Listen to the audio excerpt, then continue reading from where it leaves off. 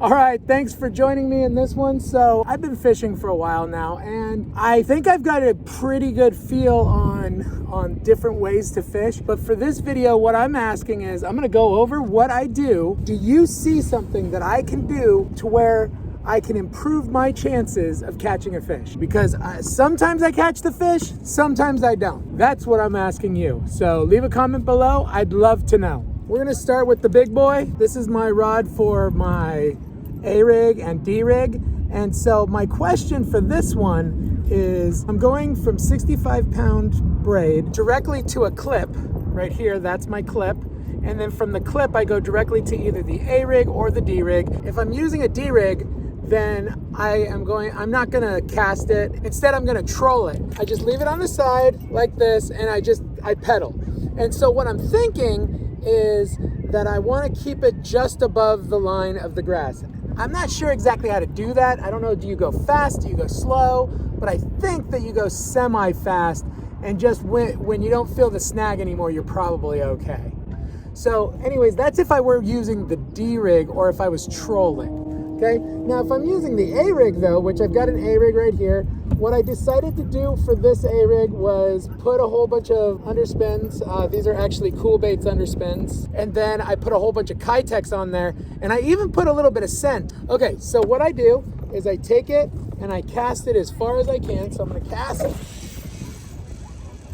All right, so I'm assuming that it's sinking right now. What I do is I start to engage, and if I feel like it's down there, then I start to reel it in. And I'm reeling in nice and slow. I definitely feel the bottom, but it's not snagging on anything. Maybe a pop here and there, but that's pretty much how I use the A-Rig, and sometimes it's great. What am I doing right? Am I doing something wrong? Like, is there a basic thing that I'm doing wrong that maybe I need to slow down? Maybe I need to speed it up? Leave a comment below if you want to tell me what I am doing right or maybe wrong with the A-Rig / D-Rig. The next one that I want to talk about is Slowpitch jigging. So for the Slowpitch jig, I've got actually a Slowpitch rod, and I've got a Lexa 300 because I heard that they've got a really good spin, a really good free spin, free spool, I guess is what it's called. What I do, depending on the depth of the water, I will decide on which jig to use. I've been using a lot of those microcraft jigs, the Slowpitch ones, but lately my buddy Muto with Submission Fishing Co., he came out with his own jigs, and this is a slow death jig. This is a 20 gram, and so what I do is I put it to a little clip, and then I send it straight down. I'm using 20-pound mono. I think I'm gonna switch to 10-pound mono. That's my leader. It goes to a 30-pound braid, which might be a little too much. 20-pound might be a better idea. What I do is I will send it straight down. Here, let's see if I can put it right there. I'll send it straight down. So I'm sending it down. I'm watching it flutter. It's falling, it's falling, it's falling. Okay, I feel the bottom. And so now what I do is I engage it and I give it a couple of pops. I don't feel anything, and so I start to reel it in. I don't really reel it in fast. What do you think about that? Oh, and usually I'm right next to some sort of structure when I do that. I don't just drop it down at random. So that's my Slowpitch jigging. Every now and again, I'll even put a little bit of sauce on here, especially these parts that are made out of fabric.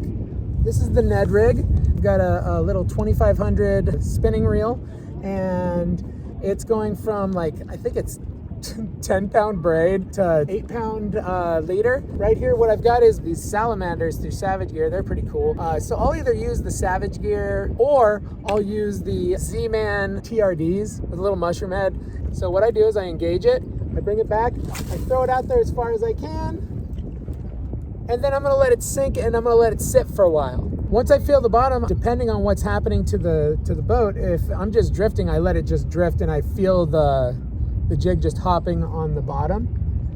And if I'm not drifting, then I slowly bring it in with a couple of pops here and there. And I'll do that for a while. It's not boring. It's probably boring to watch, but it's not boring to fish it. And it seems to work better than any other type of fishing. When I bring it back up, there we go. So what, if anything, am I doing wrong with this style of fishing? Okay, next up is a style of fishing that I know a lot of people think is super easy, but I kind of abandoned it after a while. because I mean I caught a couple of fish on it, but I went to those styles instead. But this is the drop shot. I believe this is 30 pound to 15 pound leader. And what I do is I've got my drop shot lure with, this is a Savage Gear, I think it's a minnow. What I've got is about 12 inches further down. I've got my little weight. Oh, it's on a spinning reel. And so what I do is I take it and I throw it. And then I'll let it drop all the way down. And then when I think that it's hit the bottom, I usually bring it back at a really, really slow pace. And so I feel that it's gotten down to the bottom. And so now I'm just gonna bring in a couple and stop. Bring it a little bit and stop. Maybe I'll give it a couple of tugs, but that's pretty much what I do for the drop shot. And now I'm brand new to this style of fishing, which is, this is called I guess it's called a tube bait. And this one specifically is a hookup bait. If you have any hints for me or any ideas for tube baits, I'd also like to hear about this, because this style of fishing seems to work really well for people. And so what I've done in the past, and I'm not gonna rig it up, but what I've done in the past is I put it on to one of the poles, and then I just drop it down, and I kind of watch it kind of circle around all the way down, and then I'll give it a couple of tugs, and then I'll pull it back up. And usually I actually get hit.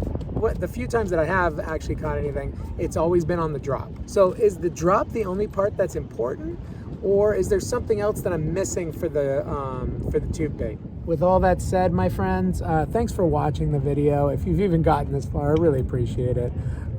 You're awesome, and get out there and fish, and don't forget to leave a comment to tell me what you think I could do to improve my fishing.